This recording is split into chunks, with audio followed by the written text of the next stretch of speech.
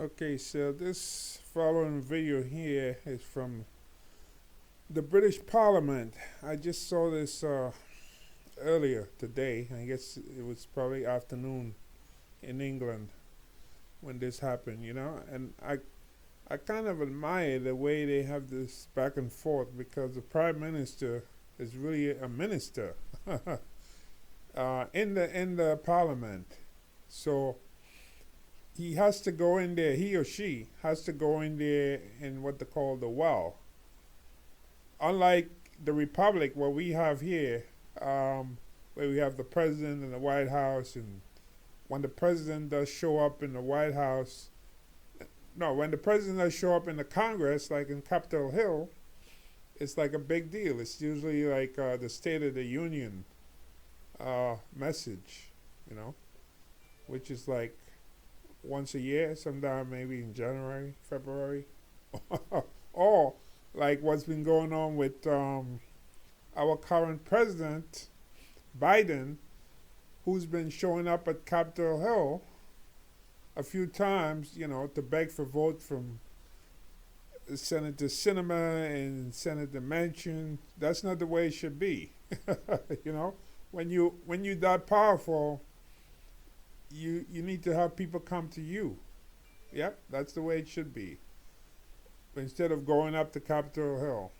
But anyway, the point is this: with the parliamentary system, very different from a republic, where the president sits on the other side, and basically, people are very careful how they word things. But here is the Prime Minister in England, Boris Johnson, and the opposition party leader is speaking to his face and calls him a man without shame. Keir Starmer says Boris Johnson will not resign after Sue Gray report. That's a police report. You see, and this is from the Guardian. A man without shame, Keir Starmer says Boris Johnson will not resign. And this is all has to do with Johnson. Apparently, he and his staff and maybe about 100 people had some kind of Christmas party. And the notice went out, bring your own booze. And this was back in December 2020, at the height of the COVID restrictions, when people were locked down and people were dying in England. And there was at that time in December 2020, there was no vaccine, Nope. Vaccines were not out there as yet. Yeah. So people were dying. There was no medicine to stop this COVID. And they were talking about social distancing and so forth. But Johnson and people who work for him and others, they said, bring your own booze. They were partying. So he was at this, and then instead of apologizing and saying, I'm sorry, he kept saying, well, it was a working event. It wasn't really a party. It wasn't really a Christmas party. So what I really like about this is the way that they forced the Prime Minister to sit there and throw in his face and says things about him, that he's a man without shame. Can you imagine telling Donald Trump something like that? If we could have got Donald Trump into the Congress and somebody stands up there and said, man without shame. I remember somebody shouted out at Barack Obama and called him a liar. And that congressman was reprimanded, yeah. That's all he said, liar. And he was reprimanded by Nancy Pelosi, who was the Speaker of the House back then too. Yeah, she gave him a stern look. See? But in the Parliament, in the British Parliament, they have certain norms of conduct. And once you get up to speak, you could just say just about anything, except maybe making some outrageous claims. So let's see. Yeah, Guardian News published this video item entitled "A Man Without Shame."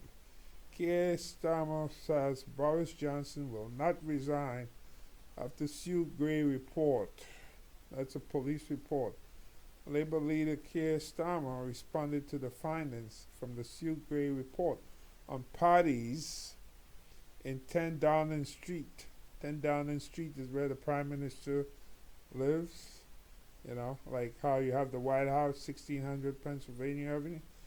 During the pandemic, Starmer said he believes the Prime Minister would not resign after the findings of the report, and that he has done throughout his life. He's damaged everyone and everything around him along the way. Boris Johnson apologizes in the wake of Sue Gray report. So he's saying this right in front of his face. Not like somebody in Congress standing out there and saying something about the president up on Capitol Hill, So let's see here. The Prime Minister repeatedly assured the House that the guidance was followed and the rules were followed. But we now know that 12 cases have reached the threshold for criminal investigation, which I remind the House means that there is evidence of serious and flagrant breaches of lockdown, including the party on the 20th of May 2020, which we know the Prime Minister attended, and the party on the 13th of November 2020 in the Prime Minister's flat. There can be no doubt that the Prime Minister himself is now subject to criminal investigation. Many have been overcome by rage, by grief, and even guilt.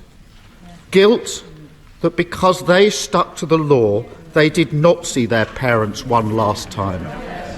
Guilt that because they didn't bend the rules, their children went months without seeing friends.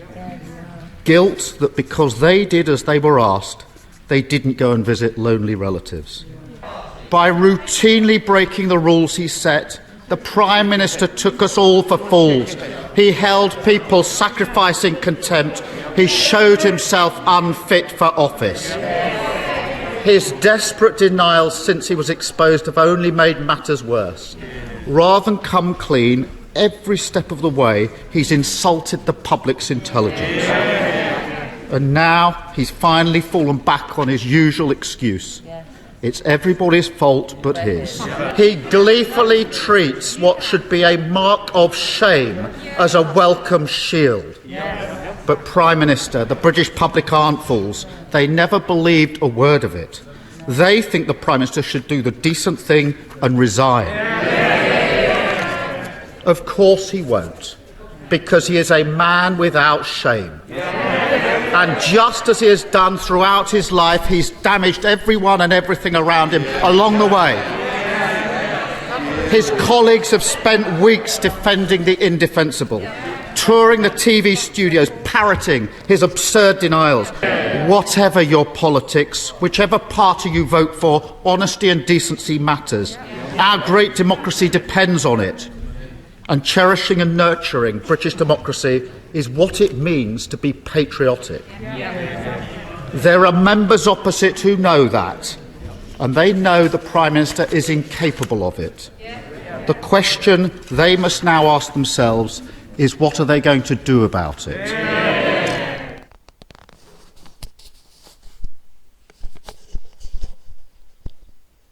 Okay. So that was the opposition leader there, Labour Party, telling the Prime Minister to his face. Calling him a man without shame. Who wouldn't resign anyway, Yeah. It's too bad we don't have a system similar like that here in the United States of America. That would be really great if we did.